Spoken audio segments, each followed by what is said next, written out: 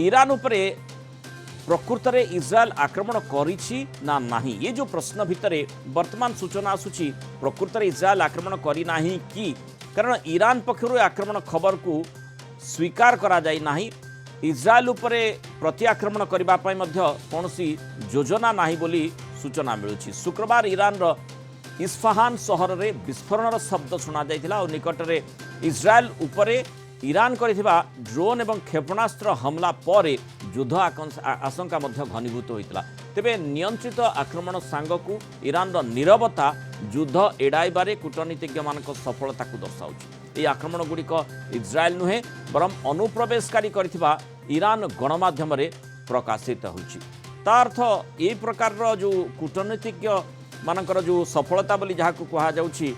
जदि गोटे देश उपरे कारण ईरान जो भली भाव में रिटालिएशन मोड को आसीथिला इज्राएल रो जो आक्रमण को नहीं बारंबार से धमक देइथिला परे अटैक मध्य करा जाइथिला सेठी चर्चा होइतिला इज्राएल जदि त्वरित पदक्षेप नहीं नथिला किंतु कहितिला समय देखि आक्रमण करा जिवो। वर्तमान चर्चा होइतिला जे ईरान उपरे से अटैक करा जाइछि जेतु इस्फहान सहर रे विस्फोरण शब्द सुना जाइथिला किंतु से संपर्क में पुष्टि ईरान करू नाही आउ इमिडिएट रिटालिएशन बा प्रति आक्रमण संपर्क में सूचना देउ नाही। तेणु ये कि प्रकार रणनीति से संपर्क में अधिक आलोचना करबा आम सहित डॉक्टर निहार रंजन दास जोड़ी होइचंती अंतर्जातीय व्यापार विशेषज्ञ। डॉक्टर दास स्वागत करबा आलोचना को। ईरान रो जो साइलेंस कौन दर्शाउछि प्रकृत में गोटे परवर्ती समय बड़ आक्रमण ना ए युद्धरु दूरे रखिबा पई योजना? देखो ये निश्चित भाव में गोटे आश्वस्तिकर खबर सारा विश्व जेभली भाव में दुई पक्ष आपण देखंतु जो दिन अमेरिका कहिथिला एवं आमे आलोचना मध्ये करथिले कि अमेरिका राष्ट्रपति कहिथिला कि इज्राएल रे प्रतिजवाब सहित अमेरिका शामिल हबो नाही सेई दिन स्पष्ट हो जाइथिला कि हुए तो जो प्रकार स्थिति वर्तमान नियंत्रण बाहर को चली न जाओ ता पाई समस्त निश्चित भाव में गोटे प्रकार चिंतित एवं अमेरिका तरफ स्टेटमेंट दि जाइथिला किंतु एवं आमे जानिथिले मध्य कि पाश्चात्य राष्ट्र मानकर बिना सहायतार एवं सर्वोपरि अमेरिकार बिना सहायतार इज्राएल जो आक्रमण निश्चित भाव गोटे सीमित बा जोटा आपण कहले कि गोटे नियंत्रण रही एवं जहां आमे मध्य यूज करि परिबा कि कंट्रोल्ड एग्रेशन एवं से कंट्रोल्ड एग्रेशन रो यही उद्देश्य कि कौन से प्रकार ये जो प्रकार परिस्थिति वर्तमान सृष्टि होती मध्य प्राच्य पश्चिम एशिया कहतु से वर्तमान से नियंत्रण बाहर को चली न जाऊ एवं सेटा ही जोटा कि आपण गोटे कथा कहले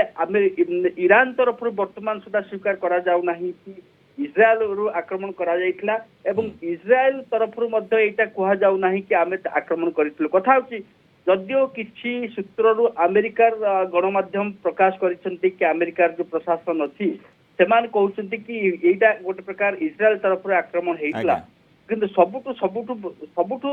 जहाँ मु कहले आश्वस्तिकर कथा कि वर्तमान ये युद्ध को व्यापक करबा पई केही वर्तमान इच्छुक नहंती। आमे जेमति देखिचे माने रूस आउ यूक्रेन युद्ध भितरे रूस रे जेते बेले भी टिके विस्फोरण होईछि तुरंत यूक्रेन आड़ को दोषारोप करा जाइछि यूक्रेन आड़ को अंगुली उठा जाइछि किंतु एठी ईरान रो आभिमुख्य कौन ही पारे अर्थात मुझे आपण सामने प्रश्नटी रखा चाहूली जे प्रकृत में ये कूटनीतिज्ञ मानकर सफलता ना गोटे बड़ योजना ईरान रही वर्तमान चुप रही देखु वर्तमान कथा होचे ईरान दूतावास उपरे बा कन्सुलेट उपर जेभली भाव में डामास्कस आक्रमण कला तार गोटे दृढ़ जवाब आवश्यकता थिला जहा कि ईरान जनसाधारण को गोटे प्रकार जो जहाँ आम कहवा कि निजर गोटे सार्वभौमत्व पर आक्रमण जवाब देवा सेटा ईरान करिछि प्राय 300 रु अधिका क्षेपणास्त्र हो ड्रोन द्वारा आक्रमण करिछि एवं ता परवर्ती समय जोटा कि इज्राएल आम जोटा आज जहाँ कहू कथा आलोचना करुचे सेटा जो गोटे प्रकार दुई पक्षर इगो को साटिस्फाई कला भली परिस्थिति रे पहुंची वर्तमान लगुच जदि ईरान निश्चित भाव में गोटे प्रकार